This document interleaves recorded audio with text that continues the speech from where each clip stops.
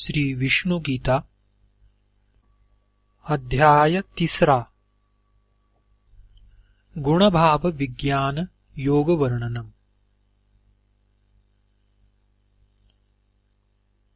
देवतागण बोले, हे देवादिदेव, हे धर्म के प्रवर्तक, हे महाप्रभु, हे विभो, धर्म की लोकोत्तर गति और परम अद्भुत रहस्य समझकर हम लोग कृत्य हुए। हे जगतगुरु, त्रिगुण के भेद से आपने विशिष्ट चेतन जीवों के जो 4 भेद वर्णन किए हैं, हे प्रभु, उन्हीं त्रिगुणों का स्वरूप और त्रिगुणों के विचार से धर्म के सब अंगों और प्रधान आचारों के संपूर्ण भेदों का वर्णन करते हुए हमको ऐसा उपदेश देवे कि जिससे हम सब भावों से अतीत, गुणों से अतीत और मन वाणी से अगोचर आपको हर समय देखने का सामर्थ्य प्राप्त करे। श्री महाविष्णु बोले, मेरी प्रकृति अव्यक्त दशा में मुक्त में सर्वदा लीन रहती है। मेरी प्रकृति अव्यक्त दशा में मुझ में सर्वदा लीन रहती है और व्यक्त दशा में वह प्रकट होकर स्वभाव से ही त्रिगुण तरंग से सब ओर तरंगित होने लगती है। हे देवतागण, इसमें कुछ संदेह नहीं है। हे देवतागण, सत्व, रज और तम ये 3 गुण प्रकृति से उत्पन्न होकर देहों में स्थित निर्विकार देही को आबद्ध किया करते हैं। हे पाप रहितो, इन तीनों गुणों में से निर्मल होने के कारण प्रकाशक और दोष रहित सत्व गुण सुखासक्ति के द्वारा और ज्ञान संग के द्वारा बद्ध करता है। हे देवतागण, रजोगुण को रागात्मक और तृष्णाशक्ति से उत्पन्न जानना, वह देही को कर्माशक्ति के द्वारा आबद्ध किया करता है।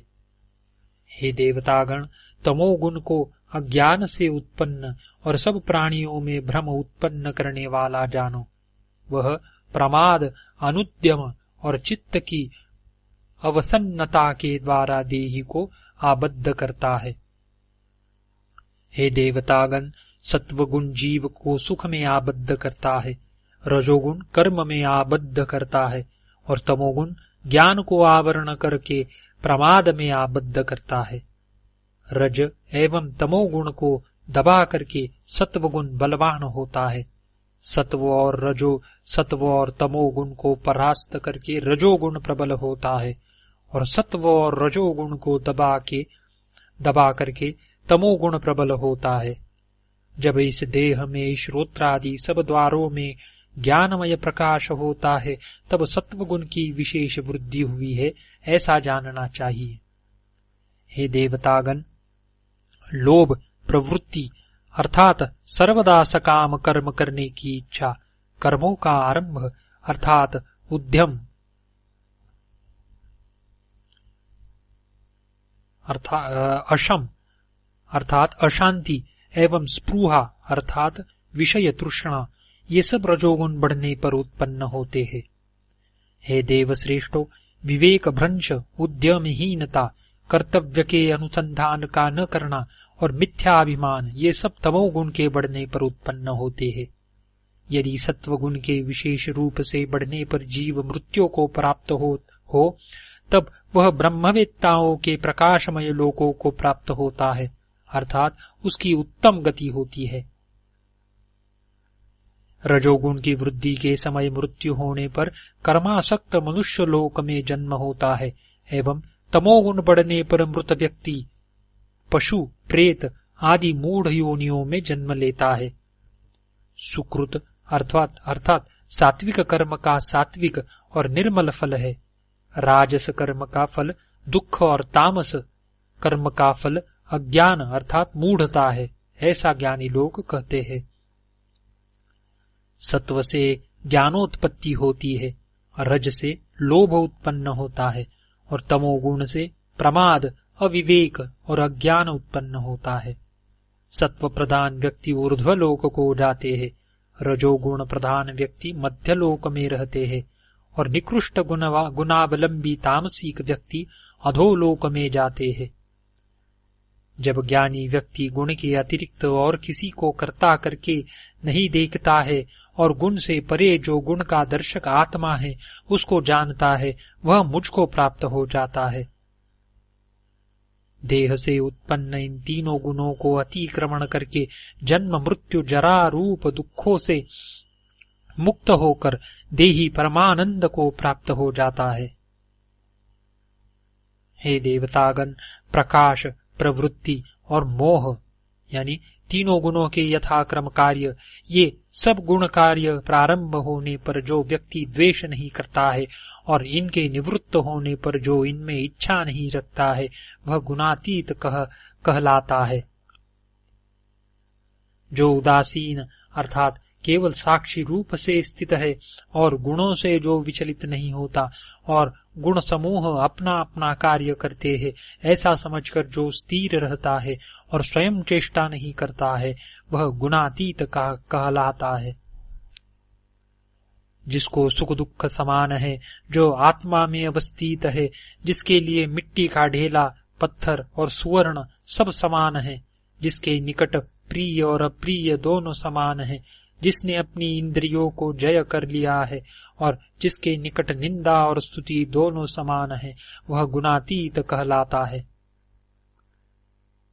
जो मान अपमान में समभाव रखता है, जो मित्र और शत्रु के विषय में समभाव रखता है और सब कर्मों के आरंभ का त्याग करने वाला है, अर्थात जो नवीन कर्म नहीं करता, वह गुणातीत कहलाता है।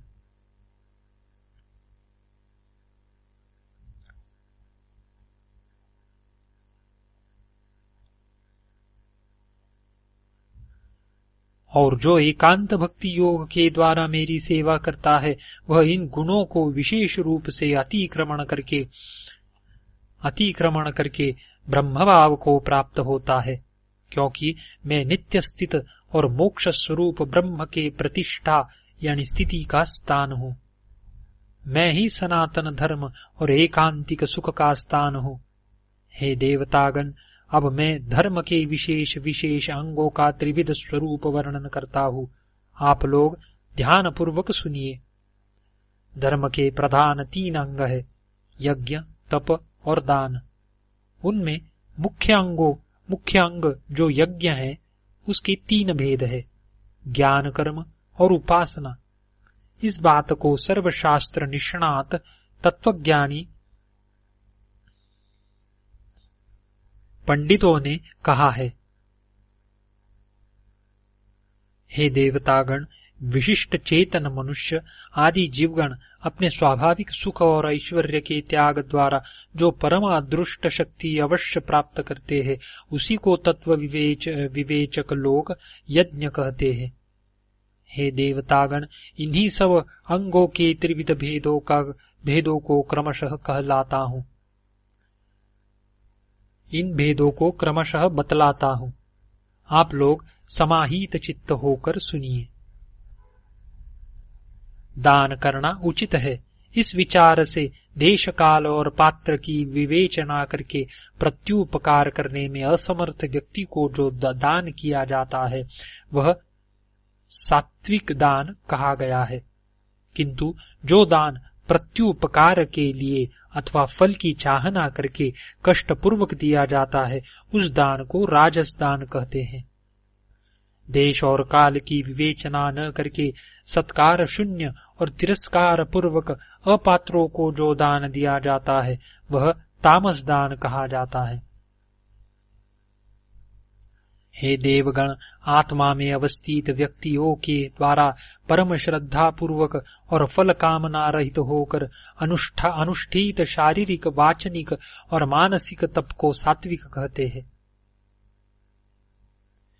सत्कार, मान और पूजा के लिए एवं दंभ पूर्वक जो तपस्या की जाती है, इस लोक में अनित्य और क्षणिक वह तपस्या राजस कही जाती है।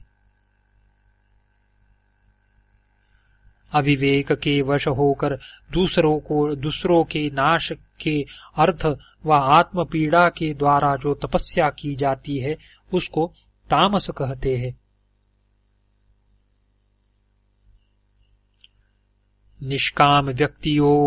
निष्काम व्यक्तियों के द्वारा नियमित रूप से विहित आसक्ति शून्य और राग द्वेष रहित होकर जो कर्म किया जाता है उसे सात्विक कर्म कहते हैं। फलाकांक्षी व अहंकार युक्त व्यक्तियों के द्वारा बहुत आयास से जो कर्म किया जाता है उसको राजस कहते हैं। परिणाम में बंधन, नाश, हिंसा और सामर्थ्य इन सब की उपेक्षा करके मोहवश जो कर्म प्रारंभ किया जाता है उसको तामस कहते हैं। आसक्ति शून्य, अहम, इस अभिमान से शून्य, धैर्य और उत्साह युक्त, सिद्धि और असिद्धि में विकार शून्य कर्ता सात्विक कहा जाता है। विषयानुरागी, कर्मफलाकांक्षी, लोभी, हिंसाशील, अशुचि, आनंद और विषाद युक्त कर्ता राजस कहा जाता है। इंद्रियासक्त, विवेकहीन, उद्धत, शठ, निष्कृति शून्य, आलस्य युक्त, विषाद युक्त और दीर्घ सूत्री कर्ता तामस कहा जाता है।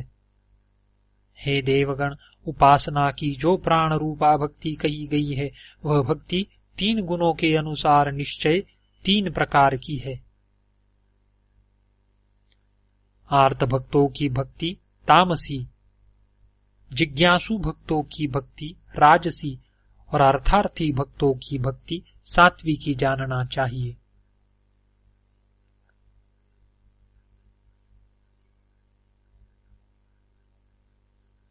इन 3 प्रकार की भक्तियों में उत्तरोत्तर श्रेष्ठ है। तामसिक भक्त आसुरी संपत्ति युक्त भूत प्रेत पिशाच आदि की उपासना तत्भावों में भावित होकर नित्य करते हैं। सकाम राजसिक भक्त ऋषि, देवता और पितर एवं मेरी बहुत सी दैवी शक्तियों की उपासना सदा करते हैं। इस संसार में केवल जो साधक मेरे सात्विक भक्त है वे ही मेरी रूप को जानकर सदा मेरी भक्ति में तत्पर रहते हैं। वे मेरे 5 सगुण रूपों के आश्रय से मेरे ध्यान में मग्न रहते हैं अथवा मेरे निर्गुण परम भाव रूप उस सच्चिदानंद भाव का आश्रय करके मेरे ध्यान रूप समुद्र में मग्न होकर हे देवगण अत्यंत आनंद उपभोग करते हैं। और चतुर्थ ज्ञानी भक्त तो भगवद रूप ही है, क्योंकि वह गुणातीत है, अतः उसका यह विचार नहीं किया गया है। जो श्रद्धावान साधक ऐहलौकिक भोग की ही विशेष रूप से इच्छा करे, दंभ और अहंकार से युक्त हो और उपर्युक्त वेद विधि का त्याग करके मेरी उपासना में तत्पर हो, इन लक्षणों से उस उपासकों को तामसिक उपासक जानना चाहिए। जो श्रद्धालु साधक पारलौकिक सुख को ही विशेष रूप से चाहता हुआ यदि शील गुणों से युक्त होकर वेद विधि के अनुसार मेरी उपासना में आसक्त रहता है तो उसको राजसिक उपासक जानना चाहिए, ऐसा स्मृतिकारों का मत है। हे देव श्रेष्ठो, जो भाग्यवान साधक सात्विकी श्रद्धा से युक्त होकर ऐहलौकिक और पारलौकिक भोगों की तृष्णा से रहित होता हुआ ज्ञान पूर्वक अनन्य वृत्ति से मेरी उपासना में सदा तत्पर रहता है, उसको श्रेष्ठ सात्विक उपासक जानना चाहिए। जिस ज्ञान के द्वारा विभक्त रूप सब भूतों में अविभक्त एक और विकारहीन भाव ज्ञानी देखता है, उस ज्ञान को सात्विक ज्ञान जानो। जो ज्ञान पृथक रूप से सब भूतों में पृथक पृथक प्रकार के नाना भाव जानता है, उस ज्ञान को राजसिक ज्ञान जानो।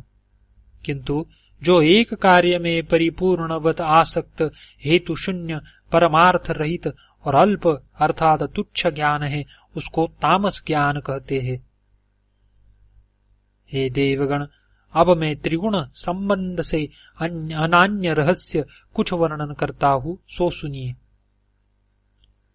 और आप उनको आदर पूर्वक सुनते हुए सत्व गुणावलंबी होइए और क्रमशः सत्व गुण की वृद्धि करते हुए गुणातीत पद के लिए प्रयत्न करिए।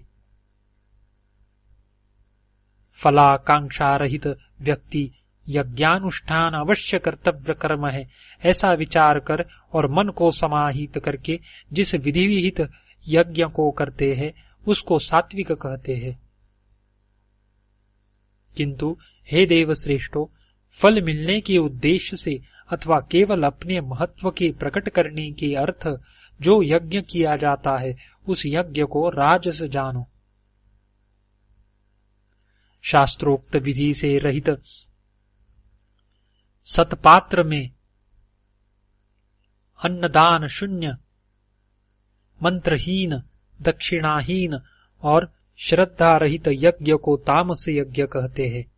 हे देवतागण, प्रवृत्ति निवृत्ति, कार्य अकार्य, भय अभय और बंध मोक्ष जो जानती है वह सात्विकी बुद्धि है।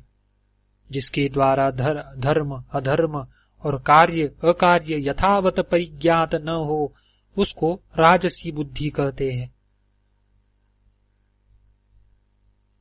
जो बुद्धि अधर्म को धर्म मानती है और सब विषयों को विपरीत मानती है उस तमोगुणाच्छन्न बुद्धि को तामसी बुद्धि कहते हैं। हे देवतागण, योग के द्वारा विषयांतर धारणा न करने वाली जिस धृति से मन, प्राण और इंद्रियों की क्रिया धारण की जाती है अर्थात नियमन होती है, वह धृति सात्विकी धृति है।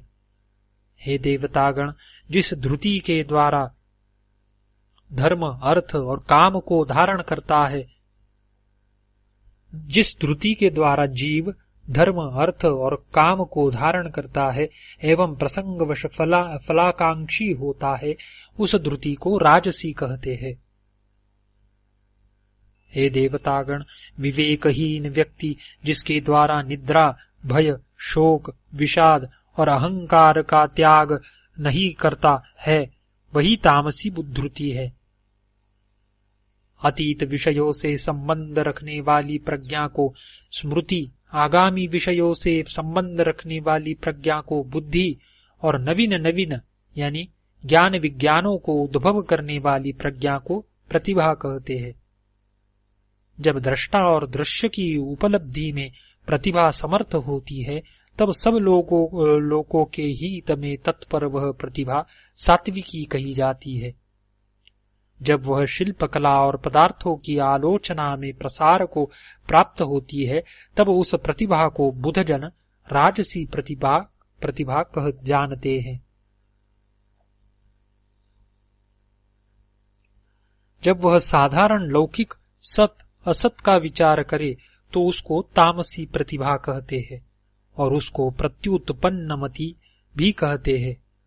हे जिज्ञासुओं, प्राणियों की प्रकृति के अनुसार श्रद्धा 3 प्रकार की होती है, सात्विकी, राजसी और तामसी। हे देवतागण, अब उनके लक्षण भक्ति भाव से सुनो। जो विशुद्ध ज्ञान मूलक श्रद्धा है उसको सात्विकी जानो। प्रवृत्ति और जिज्ञासा मूलक श्रद्धा राजसी है और विचारहीन संस्कार मूलक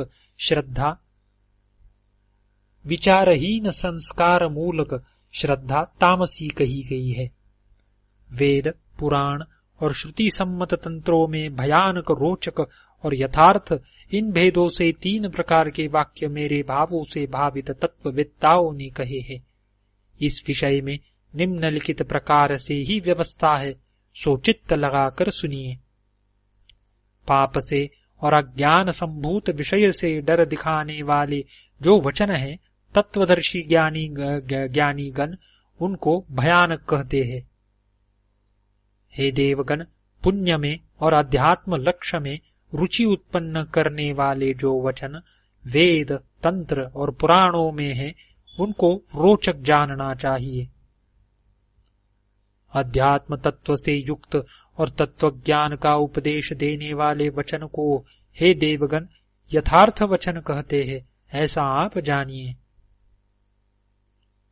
हे विभूदोत्तमो, भयानक वचन सदा ही तामसिक अधिकारी के लिए रोचक रोचक वचन राजसिक अधिकारी के लिए और यथार्थ वचन सात्विक अधिकारी के लिए ही विशेष रूप से हितकर है, ऐसा जानना चाहिए। इसीलिए हे देवतागण, शास्त्रों में अधिकार भेद से वचन कहे गए हैं। वेद, पुराण और तंत्रों में 3 प्रकार की वर्णन शैलियां देखी जाती है। उन सबको आप लोगों के सामने मैं क्रमशः कहता हूं। पहली समाधि भाषा, दूसरी लौकिक भाषा और तीसरी परकीय भाषा। इस प्रकार से शास्त्र की भाषा 3 प्रकार की कही गई है, जिसमें निरंतर इतिहास आवे, जो निर्मल और श्रुति मधुर हो, जो मन को लुभाने वाली और इसी तरह चित्त के आह्लाद को बढ़ाने वाली हो, जो धर्म सिद्धांतों से युक्त हो और जिसमें जटिलता न हो। उस शास्त्र वर्णन की पद्धति को परकीय जानना चाहिए। इस पद्धति के तत्वदर्शीगण इसको अज्ञानी के लिए और इसी तरह तामसिक अधिकारी के लिए विशेष हितकारी कहते हैं। अतीन्द्रिय अध्यात्म राज्य में स्थित गूढ़ विषयों को लौकिक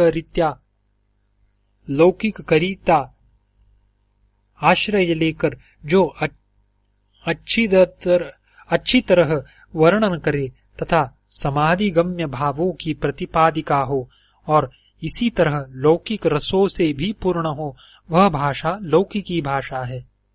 हे देवतागण, यह भाषा राजसिक अधिकार वालों की है।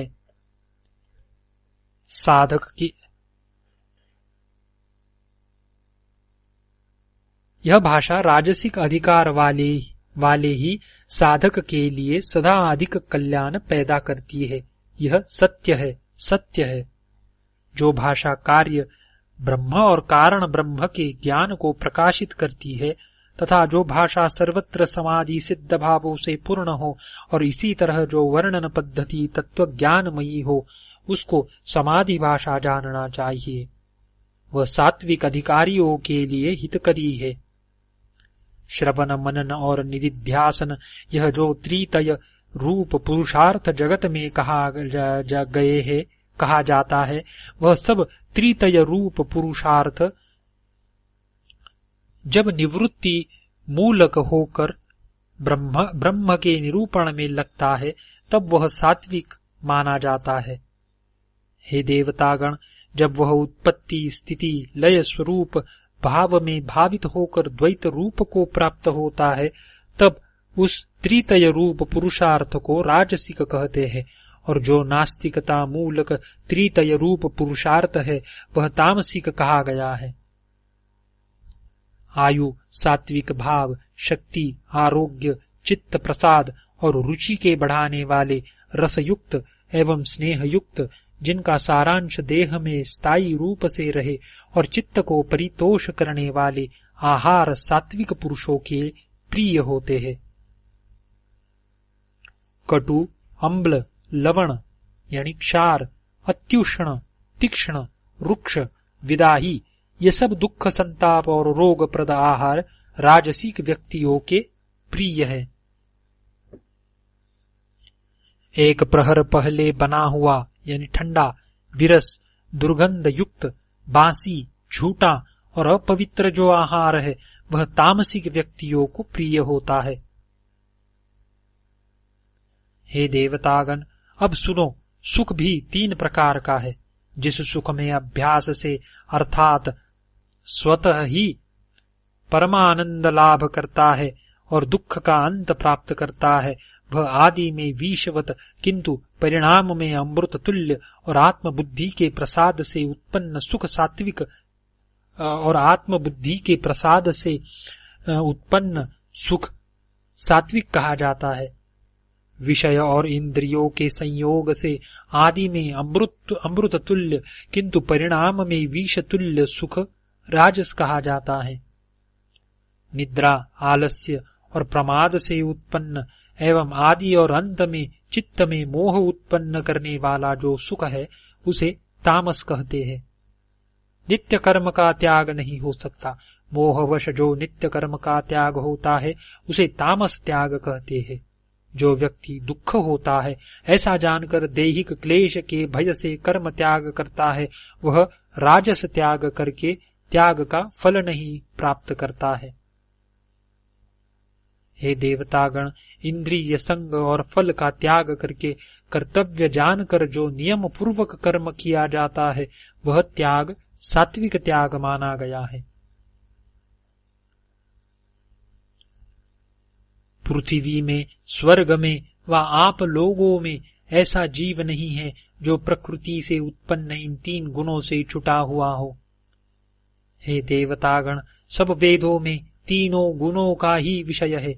तुम तीनों गुणों से रहित हो जाओ, सुख दुखादि द्वंद्वों से रहित हो जाओ, नित्य सत्व गुण में रहो, अलब्ध वस्तु के लाभ में और अलब्ध वस्तु की रक्षा में और लब्ध वस्तु की रक्षा में यत्न शून्य हो जाओ एवं आत्मवान अर्थात अप्रमत्त हो जाओ।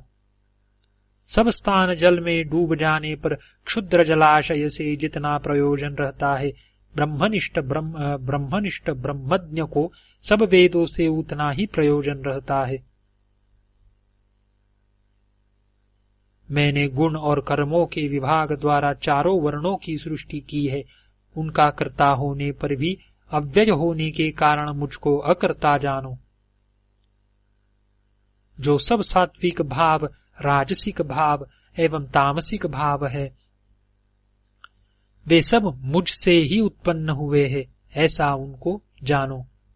मैं उन सब में नहीं हूँ, परंतु वे मुझ में हैं। इन 3 गुणमय भावों से मोहित यह सब जगत इन सब भावों से अतीत एवं निर्विकार स्वरूप मुझको नहीं जानता।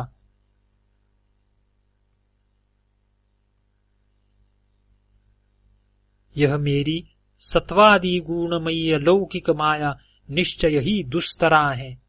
जो मुझको प्राप्त होते हैं वे ही इस माया को अतिक्रमण कर सकते हैं। देवतागण बोले, हे गुरु, हम लोग उस अत्यंत अद्भुत गुणत्रय के विज्ञान को आपके मुख कमल से सुनकर कृतकृत्य हुए। हे विभो, अब हम सब आपकी कृपा से रजोगुण तमोगुण में फंसकर अपनी अवनीति नहीं करेंगे। हे कृपानिधे, हमें वह ज्ञान बताइए कि जिस ज्ञान से हम त्रिगुण के रहस्य को प्रत्यक्ष करने में सदा ही समर्थ हो और त्रिगुण को विशेष रूप से निरंतर देखने की शक्ति हम लोगों में सदा बनी रहे। श्री महाविष्णु बोले, हे देवतागण, त्रिगुण के द्वारा दृश्य प्रपंच के ये सृष्टि स्थिति लय नित्य होते हैं, सो जानो। और त्रिभाव के द्वारा ही वे सब विशेष रूप से जाने जाते हैं और तत्वज्ञान की उन्नति ही त्रिभाव व्यंजिका है। हे देवतागण, मुझमें जो सच्चित और आनंद रूप से अध्यात्म भाव, आदिदैव भाव और आदिभूत भाव का मूल विद्यमान है, वही हे विज्ञों तटस्थ ज्ञान की सहायता से त्रिगुण का ज्ञापक माना गया है। मेरे स्वरूप ज्ञान को आवरण करने वाली अविद्या को ही जानो। रज और तमोगुण के द्वारा ही अविद्या की पुष्टि होती है। सत्वगुण के द्वारा विद्या का प्रकाश होता है, सो जानो।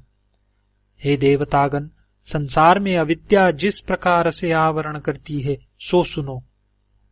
रजोगुण संभूत अत्युग्र और दुष्पूरणीय काम और क्रोध को इस संसार में शत्रु समझो। जिस प्रकार अग्नि धूम्र के द्वारा, शीशा मल के द्वारा और गर्भ जरायु के द्वारा आवृत्त रहता है, उसी प्रकार आत्मज्ञान काम के द्वारा आवृत्त रहता है। हे देवतागण, ज्ञानी के नित्य वैरी इस दुष्पूर्णीय काम रूप अग्नि के द्वारा ज्ञान आच्छन्न है। इंद्रिया, मन और बुद्धि इस काम के अधिष्ठान कहे जाते हैं।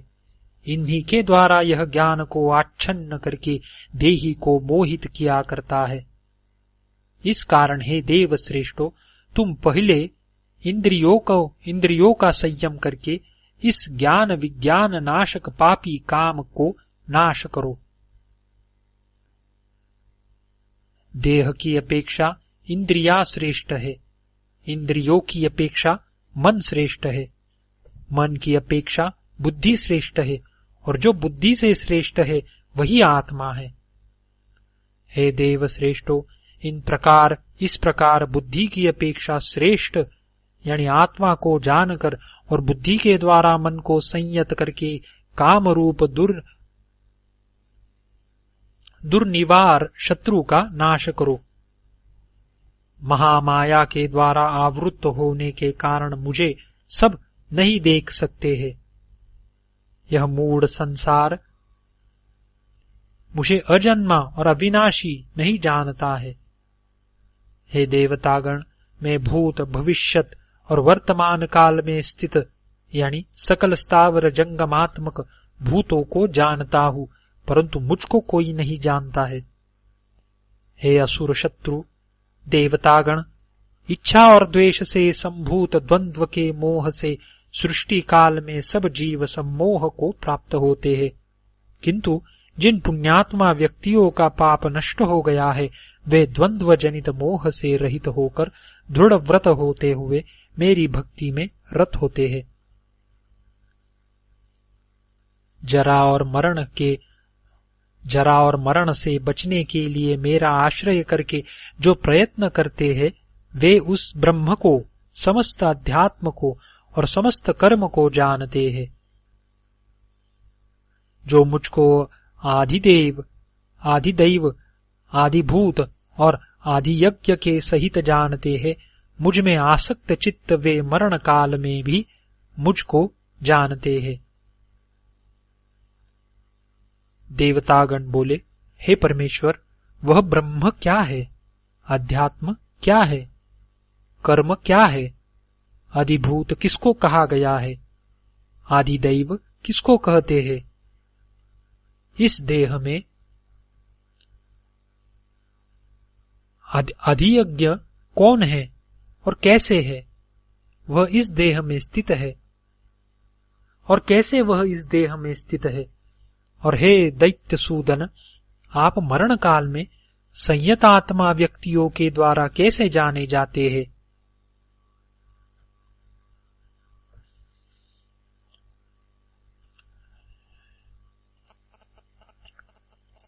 श्री महाविष्णु बोले, परम जो अक्षर यानी जिसका क्षय नहीं है अर्थात जगत का मूल का कारण वही ब्रह्म है। स्वभाव ही यानी आत्मभाव ही अध्यात्म कहा जाता है। भूत भावोद्भव कर अर्थात सकल प्राणी मात्र की उत्पत्ति और स्थिति करने वाला जो विसर्ग अर्थात त्याग है वही कर्म है। हे देहधारियों में श्रेष्ठो, नाशवान भाव यानी देहादि अधिभूत है। पुरुष यानी स्वांशभूत सब दैवी शक्तियों का अधिपति अधिदैव है और इन शरीरों में ही अधियज्ञ यानी कूटस्थ चैतन्य है। ओम तत्सत ये तीन ब्रह्म के नाम है। इन तीनों के द्वारा पूर्व काल में ब्राह्मण, वेद और यज्ञों की सृष्टि हुई थी।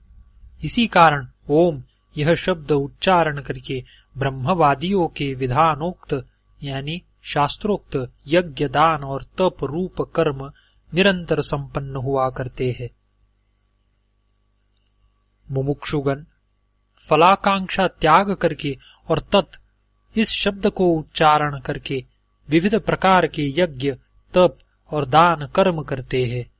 हे देवता, सद्भाव में यानी अस्तित्व में और साधु भाव में यानी साधुत्व में सत इस शब्द का प्रयोग होता है एवं श्रेष्ठ कर्म में भी सत शब्द प्रयुक्त होता है। यज्ञ, तपस्या और दान कर्मों में लगे रहने को भी सत कहा जाता है और तदर्थीय कर्मों को भी सत ही कहते हैं। हे देवतागण, अश्रद्धा पूर्वक होम करना, दान करना, तपस्या करना एवं जो कुछ भी करना असत कहा जाता है। वह न परलोक में और न इहलोक में फलदायक होता है। हे देवगण, मैं संक्षेप से तत्वज्ञान का मूल कहता हूँ, सुनो। इतना अवश्य ही आप लोगों को जानना उचित है कि इस प्रपंचमय दृश्य में कोई पदार्थ भी त्रिभाव से रहित नहीं है, क्योंकि भाव ही गुण दर्शन का कारण है। त्रिगुणमयी मेरी प्रकृति पहले तीनों अपने गुणों को अपने में सम्यक लय करके ही तब वह मुझ में विलीन होती है। हे देवगण, प्रथम तीनों भाव अपने अपने स्वरूप से प्रकट रहकर पीछे अद्वैत रूप को आश्रय करते हैं। यह निश्चय है। इस कारण से भाव गुण दर्शन का हेतु कहा गया है। हे देवतागण, साधकों का अंतिम अवलंबन भाव है। मेरा ही अंश सनातन अर्थात माया के कारण सदा संसारी रूप से प्रसिद्ध जीव प्रकृति में स्थित मन और पंचेंद्रियों को जीवलोक में आकर्षण करता है। ईश्वर अर्थात देही जिस शरीर को प्राप्त होता है और जिस शरीर को परित्याग करता है, जिस प्रकार वायु आशय अर्थात कुसुम आदि से गंधयुक्त सूक्ष्मांश ग्रहण करके जाता है, उसी प्रकार यानी प्राप्त शरीर में पूर्व परित्यक्त शरीर से इन सब इंद्रियों को लेकर जाता है। यह देही श्रोत्र, चक्षु, त्वक, रसना और घ्राण इन बाह्येंद्रियों पर और अंतःकरण पर अधिष्ठान करके विषयों का उपभोग करता है। एक देह से देहांतर में जाने वाले देह में स्थित विषयोपभोगकारी और इंद्रियादि से युक्त देही को विमूढ़ व्यक्ति नहीं देखते हैं, किंतु आत्मज्ञानी देखते हैं।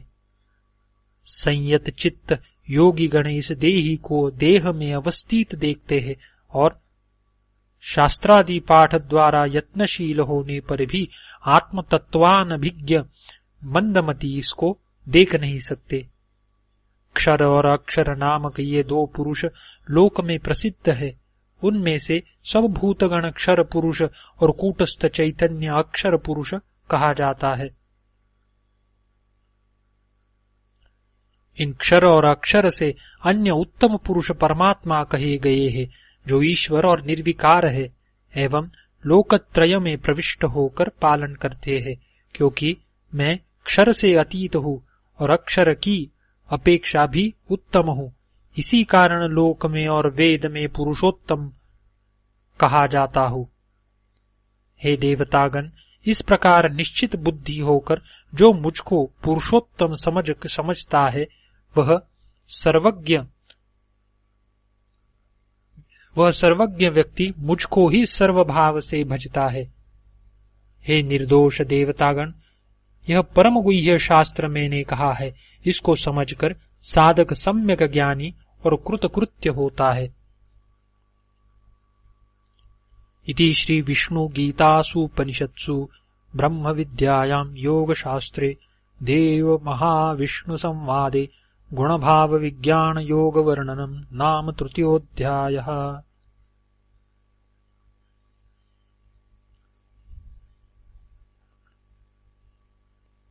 इस प्रकार श्री विष्णु गीतोपनिषद के ब्रह्म विद्या संबंधी योग शास्त्र में देव महाविष्णु संवादात्मक गुण भाव विज्ञान योग वर्णन नाम तृतीय अध्याय समाप्त हुआ।